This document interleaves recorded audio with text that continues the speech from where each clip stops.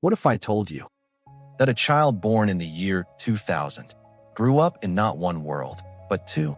First, a world of paper maps and video rental stores. A world where you called a friend, and if they didn't pick up, you simply didn't reach them. A world where the news came once a day, and silence was still normal. Then, almost overnight, a world of infinite knowledge, AI-generated art, and strangers on the internet becoming millionaires from their bedrooms. No generation in human history has ever witnessed this kind of change, this fast. Not the Industrial Revolution, not the space age, nothing. So what exactly happened between the year 2000 and today? And more importantly, what is it doing to us? Buckle in, because by the end of this video, you may never look at your phone the same way again. Cast your mind back. The year is 2000. There is no iPhone, no Facebook, no YouTube, no Netflix, no Google Maps, no WhatsApp, no ChatGPT. If you're driving somewhere unfamiliar, you print directions before you leave the house. Or you pull over and ask a stranger. If you want to watch a film, you walk into a Blockbuster and hope your pick hasn't already been rented out. If you need to research something, you go to a library or you wait until the evening news. The internet existed, but it was slow. It was limited. And for most people, it was a novelty, not a necessity.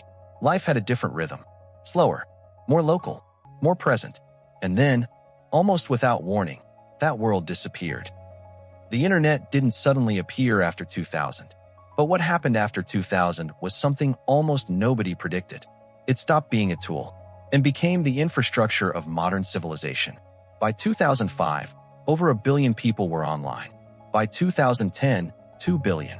Today, over 5 billion human beings are connected through the same global network. Think about what that actually means. A first-generation college student in the American Midwest, accessing the same academic research as a professor at Oxford. A small business owner in Manchester, selling products to customers in Tokyo, Toronto, and Cape Town from a laptop on her kitchen table. A self-taught developer in Nairobi, competing for the same remote jobs as developers in Silicon Valley. For the first time in human history, your postal code stopped determining your potential. That is not a small thing. That is one of the most profound shifts in the human story. But nothing reshaped daily life quite like one small piece of glass and metal: the smartphone. When Steve Jobs walked onto a stage in San Francisco in January 2007 and held up the first iPhone, most people had no idea what they were looking at. Within a decade, it had restructured human behavior on a global scale. Right now, the device in your pocket contains more computing power than NASA used to land humans on the moon. It is a camera, a bank, a map, a cinema, a doctor's reference tool, a recording studio, a classroom, a shopping mall, a newsroom, all of it, in something that weighs less than 7 ounces. But here is the part that should genuinely make you stop and think. The smartphone didn't just change what we can do. It changed how our brains work. Research shows the average person checks their phone 96 times a day. We reach for it the moment we wake up. We check it during dinner, during conversations, during moments that used to be quiet. When was the last time you sat in complete silence, without any urge to reach for it? That question is more important than it might seem. But wait, everything we've talked about so far, the internet, the smartphone, social media, that was just the warm-up.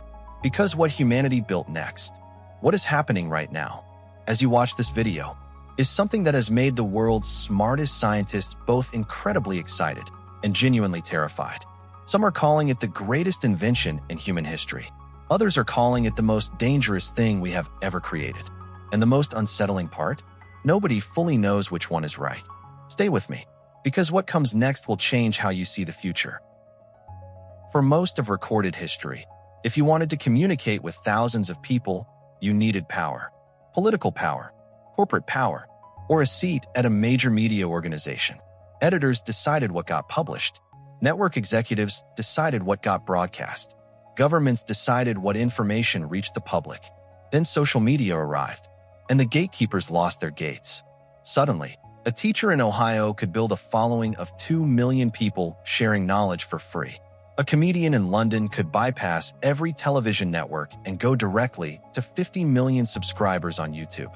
A first-time author could self-publish a book, promote it on social media, and become a bestseller without ever setting foot in a publisher's office. It was, in many ways, the most democratic revolution in communication since Gutenberg invented the printing press in 1440. But democracy has always had a shadow side. With open platforms came open misinformation. Rage and outrage spread faster than facts, because rage gets more clicks.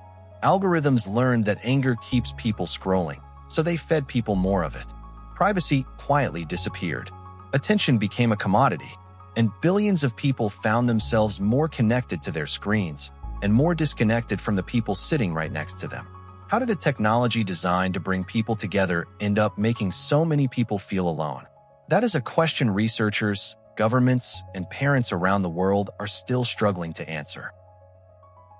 For most of human history, access to quality education was a privilege of geography and wealth. If you were born in Boston or London or Sydney, doors opened. If you were born somewhere with fewer resources, those same doors stayed shut. The internet didn't erase that inequality overnight, but it made a crack in the wall that has never closed.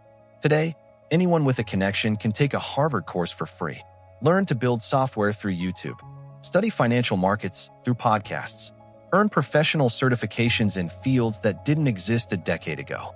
The world's knowledge, for the first time, is available to almost everyone. And work? Work was completely reinvented. Remote jobs, the gig economy, freelance careers built entirely online, one-person businesses serving clients across 5 continents, jobs that require nothing but a laptop, a connection, and a skill. The top jobs of today: social media manager, app developer, data scientist, content creator, UX designer. None of them existed in any meaningful way in the year 2000. The rules of how humans build a career were rewritten entirely. Everything we've covered, the internet, the smartphone, social media, all of it was just the opening chapter.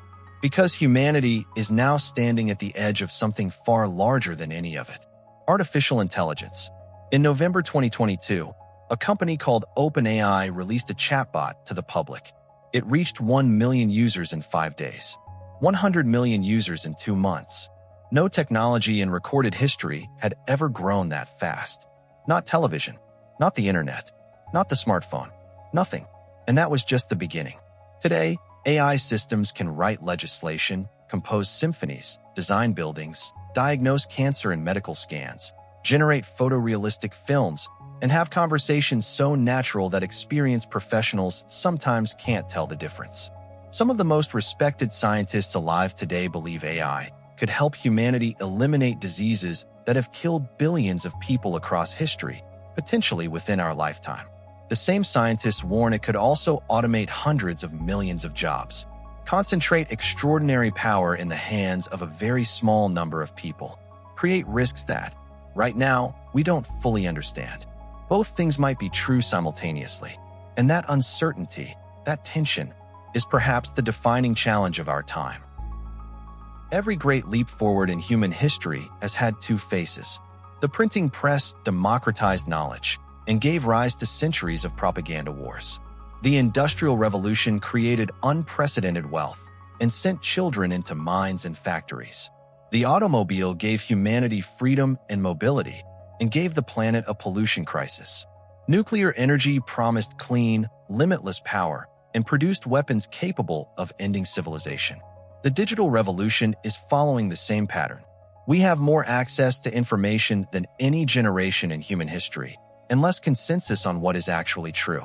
We are more connected to other human beings than ever before, and loneliness is being called a global epidemic.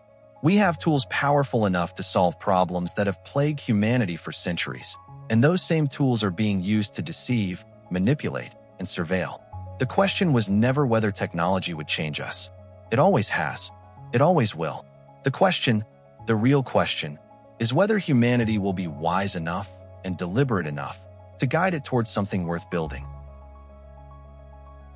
Consider what we've covered. The smartphone, barely 18 years old. Social media, not yet 20. Modern AI, still in its earliest days. And look at how profoundly the world has already shifted. Now close your eyes for a moment and try to imagine the next 25 years. Some people believe we are approaching a moment unlike anything in human history. A moment where technology helps us defeat cancer, reverse climate change, eliminate extreme poverty, and unlock a civilization more advanced than anything our ancestors could have dreamed of. Others believe we are quietly building a world in which machines grow more capable as humans grow more dependent, and that somewhere along the way, we may lose something essential about what it means to be human. The truth, the honest truth, is that nobody knows. Because for the first time ever, we are not reading about this revolution in history books. We are not watching it from a distance. We are living inside it. Right now, every decision made by governments, corporations, and ordinary people over the next decade will shape the world that the next generation inherits. So I want to leave you with one question. Do you believe artificial intelligence will become humanity's greatest achievement? Or do you think it's a door we may come to regret opening? Leave your answer in the comments. Because this conversation, right now, is exactly the kind of conversation the world needs more of. If this made you think, share it with someone who deserves to think about it too. Like, subscribe, and stay with us. The future is arriving faster than any of us expected. The only question that remains is what we choose to do with it.